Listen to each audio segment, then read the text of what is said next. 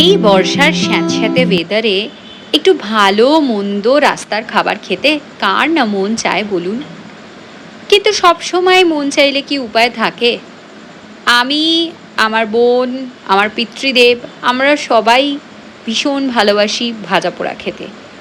সেদিন হঠাৎ করেই মন হলো এগরোল খাবো। যেমন ভাবা তেমন কাজ। কিন্তু মা তো বাইরে থেকে এনে খেতে দেবে না, অতএব তৈরি করতে হবে বাইরে।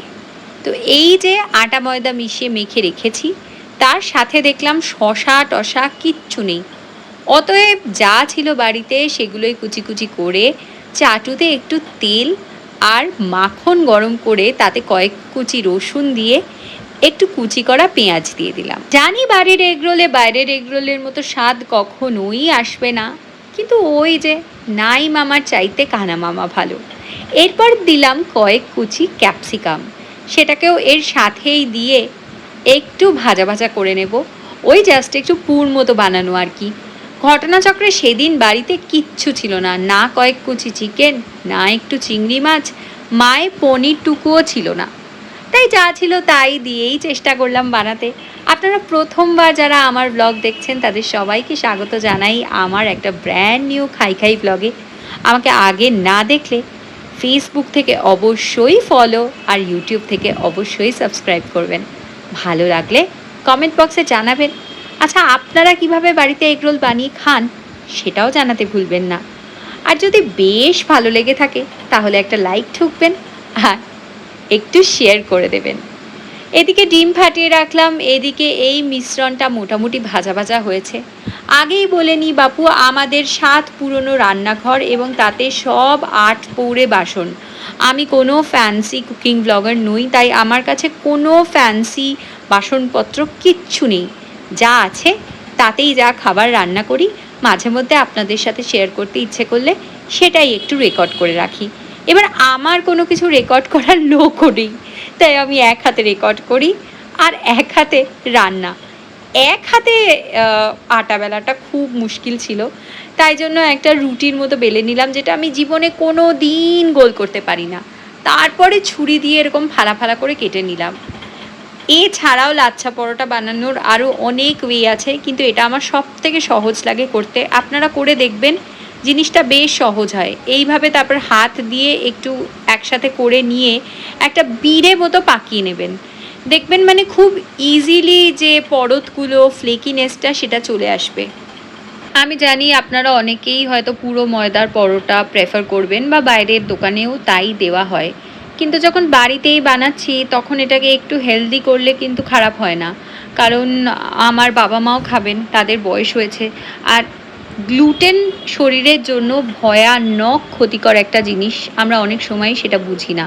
তো এই কোথাওকার একটা মানচিত্র তৈরি হয়ে গেছে। আর আমি পরোটার সাইজগুলো ছোট ছোট রেখেছি, কারণ মোটামুটি রাত্রি 7:30 মতো বেজেছিল। তখন বড় পরোটার রোল খেলে আর রাত্রে কারোর কিছু খেতে হতো না। এমনিতেও সেদিন রাত্রে খিদে আর তেমন ছিল না। তো আমি পরোটাগুলোকে এরকম ঘুরিয়ে ঘুরিয়ে সেঁকে নিয়েছি, সেঁকে তুলে রেখেছি। তারপর অল্প অল্প তেল দিয়ে আমি পরোটাগুলোকে ভেজে নিয়েছি। আর ওদিকে আমি 2টো ডিম ফাটিয়েছিলাম, ওই 2টো ডিম দিয়েই কিন্তু আমি দিব্যি 4খানা রোল বানিয়ে নিয়েছিলাম। যেহেতু সন্ধেবেলার স্ন্যাক্স হিসেবে খাবো, তাই আর খুব ভারী করার ইচ্ছেও ছিল না, আর করিও নি। আপনারা প্লিজ রুটিগুলো একটু সুন্দর করে করবেন, কিন্তু না করলেও রে এগ রোলে অ্যাকচুয়ালি খুব একটা কিছু যায় আসে না। যারা ডিম খাবেন না তারা এইখানে ডিমের জায়গায় আপনারা পুরটাতে পনির বা অন্য আরও ভেজিটেবলস অ্যাড করতে পারেন। চিকেন, মাটন, মাছ, চিংড়ি মাছ সব কিছু অ্যাড করতে পারেন। তো এবার আমি অল্প একটু ডিমের গোলা দিয়ে দিলাম, আর তার ওপর এরকম একটা পরোটাকে চাপা দিয়ে সুন্দর করে ভেজে নিলাম। এই প্রসেসটা ছোটোবেলা থেকেই আমার ভারী মজার লাগে। এই যে ডিমের ওপর পরোটাটা সাট করে আটকে যায়, আমার খুব মজা লাগে দেখতে। আর সেই জন্যেই আমি দোকানে গিয়ে এগ রোল খাওয়ার বায়না ধরতাম। মানে কেউ যদি বলতো চিকেন রোল খাবি, আমি বলতাম না না না না, এগ রোল খাবো, জাস্ট এই কারণে। তো একটা একটা করে পরোটা এরকম ডিম দিয়ে ভেজে আমি রেখে দিয়েছি দেখুন। এবার পালা একটা একটা করে এগ রোল বানিয়ে নেবার। ঠিক দোকানে যেরকম সবার মন মতো কাস্টমাইজেশন করে দেয়, আমিও তাই করব আজকে।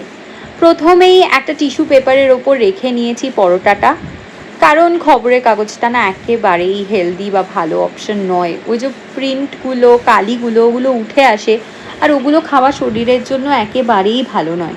তো ডিম পরোটাটা প্লেস করে আমি তার উপরে ওই যে পেঁয়াজ ক্যাপসিকাম ভেজে রেখেছিলাম সেটা খানিকটা লম্বা আকারে রেখে দিলাম। ওই ভাজাটাও আমার খুব বেশি ছিল না, কারণ ক্যাপসিকামও আমার কাছে পরিমাণে খুব কম ছিল। এবার এতে দিয়ে দিলাম 1 চামচ মতো টক দই। এই যে মাদার ডেয়ারির টক দইটা, ওটা ভীষণ জমাট বাঁধা ঘন আসে, তো আমরা এটাই প্রেফার করি ইউজ করতে। আমুলেরটা একটু ওয়াটারি হয়, কারণ মেয়োনিজ জিনিসটা আমরা অ্যাভয়েড করেই চলি। যবে থেকে একবার বাড়িতে বানিয়েছিলাম, এত তেল লাগে, যখনই ভাবি যে কাঁচা কাঁচা তেল খাচ্ছি ওটা ভেবেই অম্বল হয়ে যায়। বাইরে অবশ্যই খাই, বাট আমাদের বাড়িতে এরকম বহু জিনিসই আমার মা ব্যান করে রেখেছেন যেগুলো আসে না, যেমন কোল্ড ড্রিঙ্ক, যেমন মেয়োনিজ, যেমন বিভিন্ন ধরনের চাটনি বা সস। এই যে টমেটো সসটুকু দেখছেন ওইটুকুই আসে। তো টমেটো সস, একটু নুন, একটু গোলমরিচ আর লেবু দিয়ে এবার এটা ভালো করে মুড়ে নিলাম। তো চলুন, প্রথমটা বাবার ছিল, এর পরেরটা মায়ের হবে বেশ লঙ্কা বেশি দিয়ে।